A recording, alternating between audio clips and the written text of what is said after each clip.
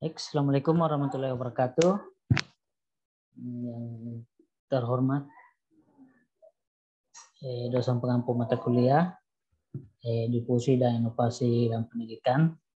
Perkenalkan, nama saya Muhammad Salahuddin dengan NPM 705 621 006. Saya dari program Doktor Pendidikan UNG ingin memaparkan tugas yang sudah diberikan kepada kami yang terkait elemen-elemen difusi dan inovasi pendidikan.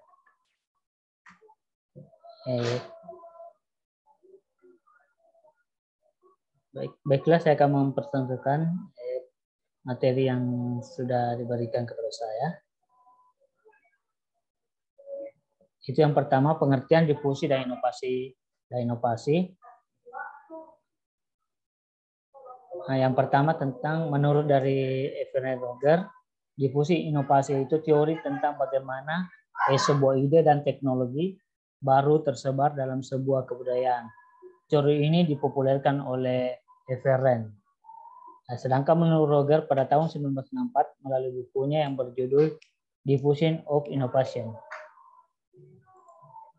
Selanjutnya, menurut Roger 1961, inovasi sebagai suatu bentuk kombinasi yang berfungsi atau yang bersifat khusus berkaitan dengan penyebaran pesan-pesan yang berupa gagasan baru. Selanjutnya, definisi difusi menyangkut tentang yang ketiga itu menurut Parker 1974, difusi sebagai suatu proses yang berperan memberi nilai tambah pada fungsi produksi atau proses ekonomi. Dan yang keempat ini menurut Roger 1995 dalam Chapman dan Kanuk pada tahun 2010 bahwa proses difusi inovasi terdapat 4 elemen pokok, yaitu yang pertama suatu inovasi dikomunikasikan melalui saluran komunikasi tertentu, terus dalam jangka waktu, dan terjadi di antara anggota-anggota suatu sistem sosial.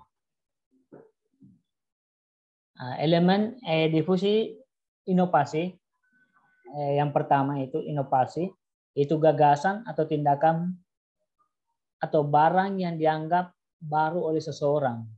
Dalam hal ini, kebaruan inovasi diukur secara subjektif menurut pandangan individu yang menerimanya. Terus yang kedua, saluran komunikasi. Itu alat yang menyampaikan pesan-pesan inovasi dari sumber kepada penerima jika komunikasi dimaksudkan untuk memperkenalkan suatu inovasi kepada khalayak yang banyak dan tersebar luas. Maka saluran komunikasi yang lebih tepat, cepat dan efisien dalam media massa. Selanjutnya, yang ketiga yaitu jangka waktu. Proses keputusan inovasi dari mulai seseorang mengetahui sampai memutuskan untuk menerima atau menolaknya. Itu pengukuhan terhadap keputusan itu sangat berkaitan dengan dimensi waktu. Dan selanjutnya, sistem sosial, itu kumpulan unik yang berbeda secara fungsional dan terikat dalam kerjasama untuk memecahkan masalah dalam rangka mencapai tujuan bersama. Next, kemungkinan diterima atau ditolaknya inovasi tergantung dari sifat inovasi itu sendiri. Yaitu yang pertama, persepsi terhadap manfaat pada inovasi. Berarti kita melihat bahwa bagaimana pandang atau persepsi apa ada manfaat dari inovasi itu. Nah, inilah maksud bahwa apakah akan diterima inovasi ini atau masih mau dikaji lebih dalam lagi. Selanjutnya, persepsi terhadap kapabilitas daripada inovasi itu sendiri. Yaitu bagaimana peran atau kapabilitasnya terhadap inovasi atau bisa diterapkan di dalam masyarakat. Selanjutnya, apakah inovasi sulit dipahami atau dilaksanakan? Kalau inovasi ada dua pendapat bahwa sulit atau mudah dilaksanakan. Nah, itu tergantung dari bagaimana inovasi itu sendiri. Selanjutnya, apakah inovasi bisa dilihat hasilnya secara nyata? Ya, kalau inovasi hasilnya secara nyata itu kemungkinan akan diterima.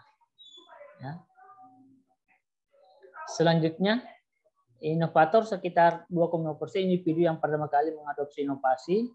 Cirinya petualangan, berani mengambil risiko, mobile, cerdas, dan kemampuan ekonomi. Sedangkan menurut R. Adopter, perintis atau pelopor 13,5% yang menjadi para perintis dalam penerimaan inovasi.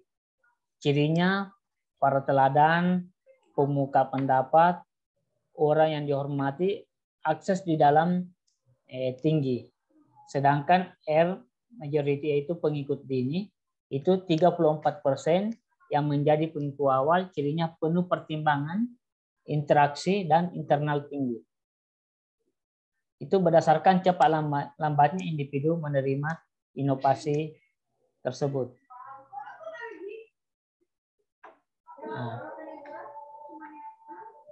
Selanjutnya, bahwa perbaikan nilai, yaitu 30% menjadi penipu akhir dalam penerimaan inovasi.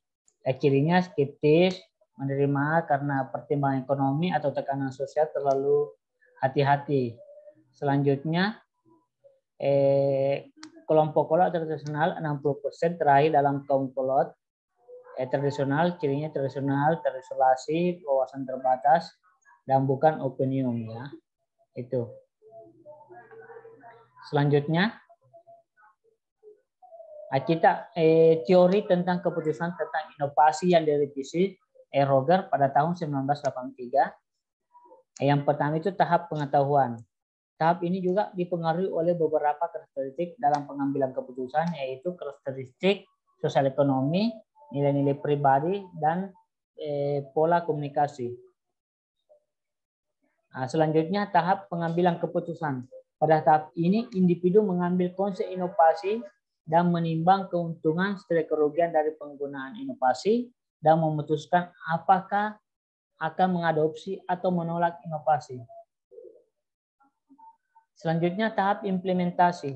Pada tahap ini mempekerjakan individu untuk inovasi yang berbeda-beda tergantung pada situasi. Selama tahap ini individu menentukan kegunaan dari inovasi dan dapat mencari informasi lebih lanjut tentang hal-hal tersebut.